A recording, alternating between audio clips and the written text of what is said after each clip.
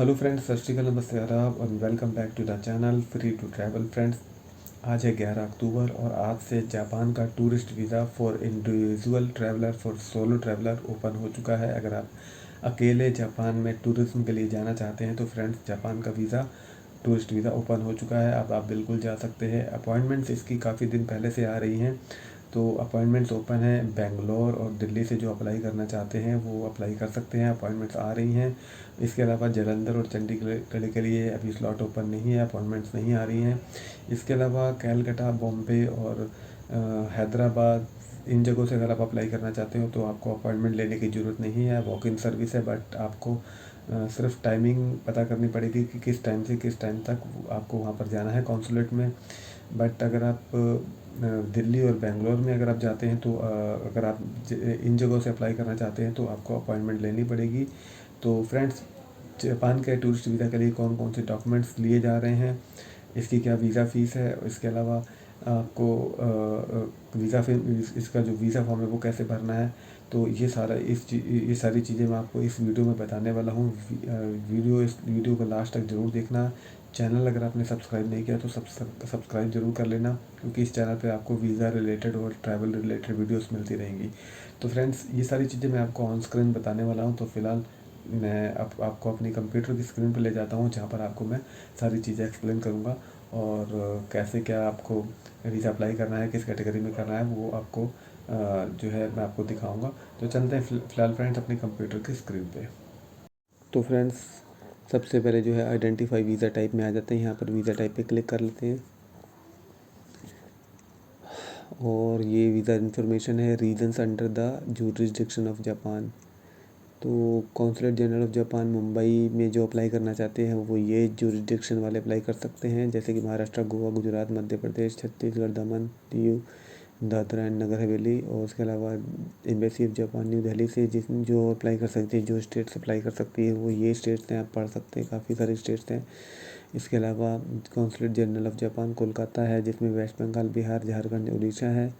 उसके अलावा चेन्नई से जो लोग अप्लाई कर सकते हैं वो तमिलनाडु, आंध्र प्रदेश, तेलंगाना, केरला एंड पौंडीचेरी, वो यहाँ चेन्नई से अप्लाई कर सकते हैं।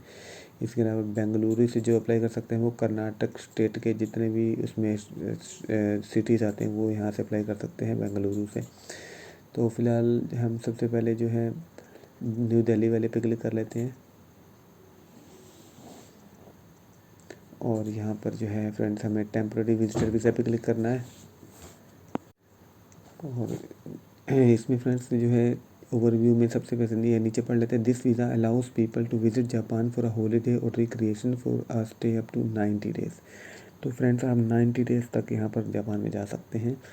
तो इसके अलावा हम इसकी वीज़ा फ़ीस देख लेते हैं। तो friends, visa fees single entry के लिए 550 रुपये है, मल्टीपल एंट्री के लिए 550 रुपये है।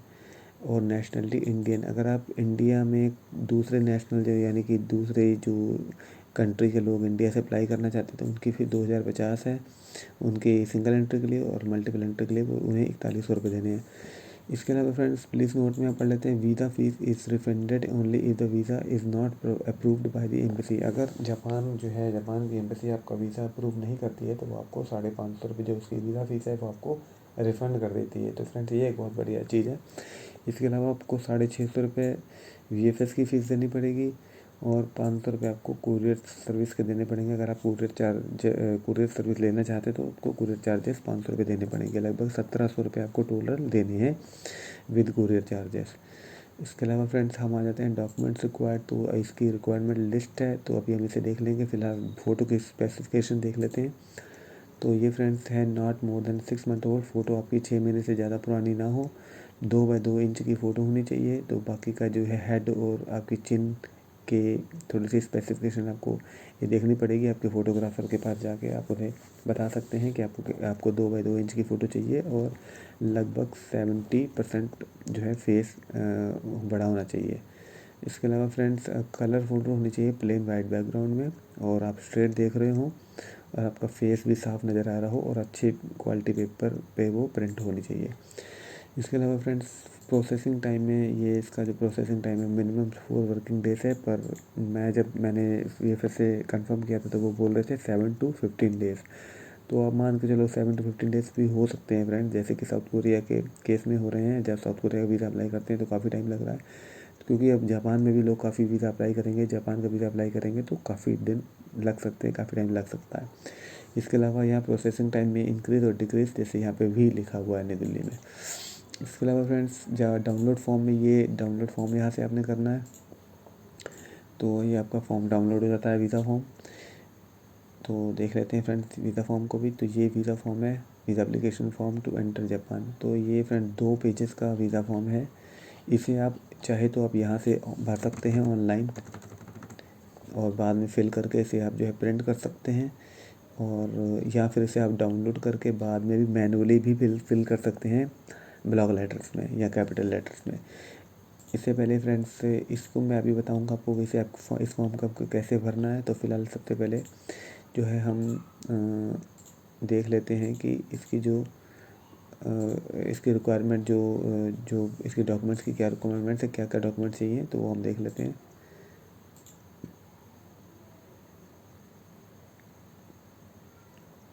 तो ये रिक्वायरमेंट फ्रेंड्स, ये डॉक्यूमेंट्स की रिक्वायरमेंट की लिस्ट है, जो रिक्वायर्ड है डॉक्यूमेंट्स। तो temporary visitor visa for sight seeing without guarantor, ये उनकी लिस्ट है। तो सबसे पहले वैलिड पासपोर्ट होना चाहिए आपके पास, जो कि उसमें फ्रेंड्स 2 से ज़्यादा ब्लैंक पेजेस होने चाहिए आपके पासपोर्ट में। और आपका ओल्ड पासपोर्ट भी आप सबमिट करा सकते हैं अगर आपके पास है, अगर आपकी उसमें ट्रैवल हिस्ट्री है। तो अगर आपका ब्लैंक है वो पासपोर्ट, तो आप उसे बस पासपोर्ट उस ओल्ड पासपोर्ट को सबमिट मत कराना। इसके अलावा photo copy of the biodata page of the current passport की जो आपके बायो पेज है, यानी कि जो फर्स्ट पेज है और लास्ट पेज है, उसकी फ़ोटो कॉपी आप लोग को देनी है। आपको completely filled and sign with application form देना है। इसके अलावा यहाँ से वो डाउनलोड नहीं होगा, ये लिंक ख़राब है, एरर मारता है, तो इससे आप डाउनलोड ना करें। तो जैसे कि मैंने बताया वहाँ से आप डाउनलोड करें, जैसे ये वीज़ा फॉर्म है, यहाँ से आप डाउनलोड कर सकते हैं। इसके अलावा फ्रेंड्स आपको एक फ़ोटोग्राफ देना है, सॉरी एक कवरिंग लेटर देना है, जिसमें आपको stating the purpose of visit and day to day details. तो फ्रेंड्स आपने कवरिंग लेटर में जो है अपना बताना है आपका पर्पस ऑफ विज़िट का क्या है, पर्पस क्या है आपका जापान में जाने का। इसके अलावा डे टू डे डिटेल्स बतानी है सारी आपने, चाहे तो इसमें आप बता सकते हैं। फ़ोटोग्राफ हो गया जो कि आपका 6 महीने से ज़्यादा पुराना ना हो, 2x2 इंच का हो, कलर फ़ोटोग्राफ हो, वाइट बैकग्राउंड का हो और अच्छे पेपर पर प्रिंट हो। होटल बुकिंग्स हो और शेड्यूल आइटनरी डे वाइज, यानी कि आइटनरी हो आपकी डे वाइज, और आपकी होटल बुकिंग्स हो कन्फर्म्ड हो। तो इसके अलावा रिजर्वेशन सर्टिफिकेट आप डमी टिकट लगा सकते हैं, और लेटेस्ट इनकम टैक्स रिटर्न, यानी कि आप जो है 22-23 की 1 साल की इनकम टैक्स लगा सकते हैं। और ये जो नीचे वाले इफ़ द एप्लीकेंट स्टूडेंट और डिपेंडेंट, तो ये उनके लिए है, ये वो पढ़ सकते हैं कि कौन कौन से डॉक्यूमेंट्स उन्हें लगाने हैं। तो एप्लीकेंट इज़ द स्टूडेंट और डिपेंडेंट, तो वो ये सारा उनके लिए वो पढ़ सकते हैं इसे। तो फ्रेंड अब हम चलते हैं वीज़ा फॉर्म की तरफ। तो ये वीज़ा फॉर्म है, यहाँ पर जो है पेस्ट फ़ोटो है लिखा है, 45x45 mm की फ़ोटो लगेगी आपकी, जैसे 2x2 इंच की भी फ़ोटो कह सकते हैं। तो सर नेम फ्रेंड्स, अगर आपके पासपोर्ट पे सर नेम है तो आप डाल देना, नहीं तो आप इसे ब्लैंक छोड़ देना। गिवन नेम में आपने यहाँ पर गिवन नेम डाल देना, अदर नेम में आपने यहाँ पे ब्लैंक छोड़ देना है।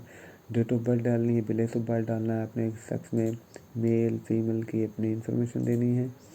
मैरिटल स्टेटस में अगर आप सिंगल हैं, मैरिड हैं, विडोड हैं, या जो भी हैं वो आपने बताना है।